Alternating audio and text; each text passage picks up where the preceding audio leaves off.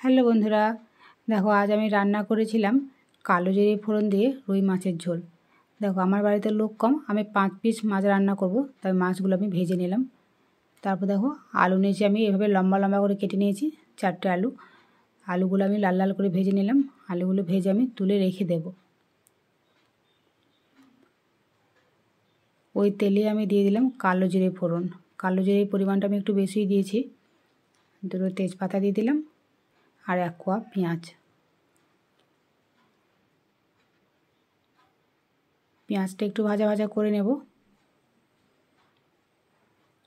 দেখো ভাজা ভাজা হয়ে গেছে। এবার একটা টমেটো কুচি আমি দিয়ে দেব। মাছের ঝোলে একটা টমেটো কুচি দিলে বেশ খেতে আরও বেশি ভালো লাগে। তো অল্প একটু লবণ দিয়ে দিলাম, টমেটোটা তাড়াতাড়ি সিদ্ধ হয়ে যাবে। দেখো ঢাকা দিয়ে দিয়েছি।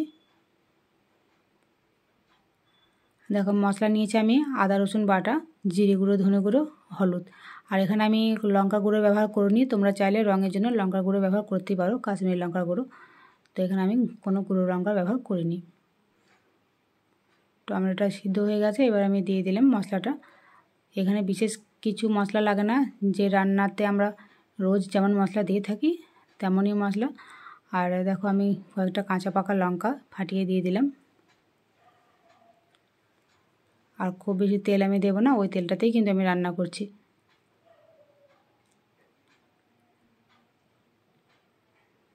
গ্যাসের ফ্লেমটা লোতে রেখে আমি ভালো করে মশলাটা কষিয়ে নিলাম। মশলাটা কষানো হয়ে গেছে, এবার ভেজে রাখা আলুগুলো আমি দিয়ে দেবো। আলুগুলো দিয়ে বেশ উল্টে পাল্টে ভালো করে মশলার সাথে মিশিয়ে নিতে হবে। আর রান্নাটা কিন্তু আমি গ্যাসের ফ্লেম লোতে রেখেই করছি।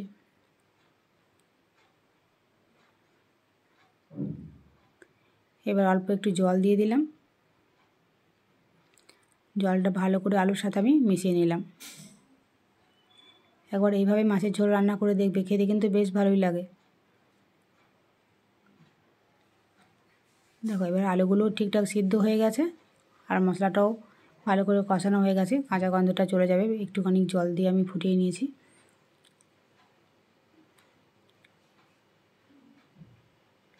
এবার আমি যে পরিমাণ ঝোল রান্না করব সেরকম জল দিয়ে দেব। তোমরা যেমন ঝোল খাবে সেরকম জলটা দিয়ে দেবে।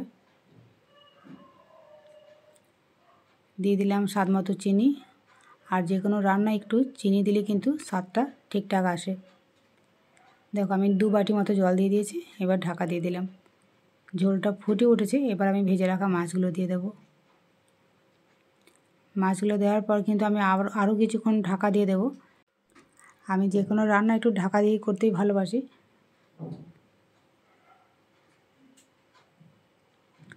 দেখো ঢাকা দিয়ে দিয়েছি, ঢাকা দিয়ে লো ফ্লেমে 5 মিনিট আমি ফুটিয়ে নিলাম। দেখো ঝোলটা কিন্তু আমার তৈরি হয়ে গেছে। এভাবে এখন মাছের ঝোল রান্না করে দেখবে, খেতে কিন্তু ভীষণ ভালো লাগে। আর রেসিপিটা কেমন লাগলো অবশ্যই কমেন্টে জানাবে।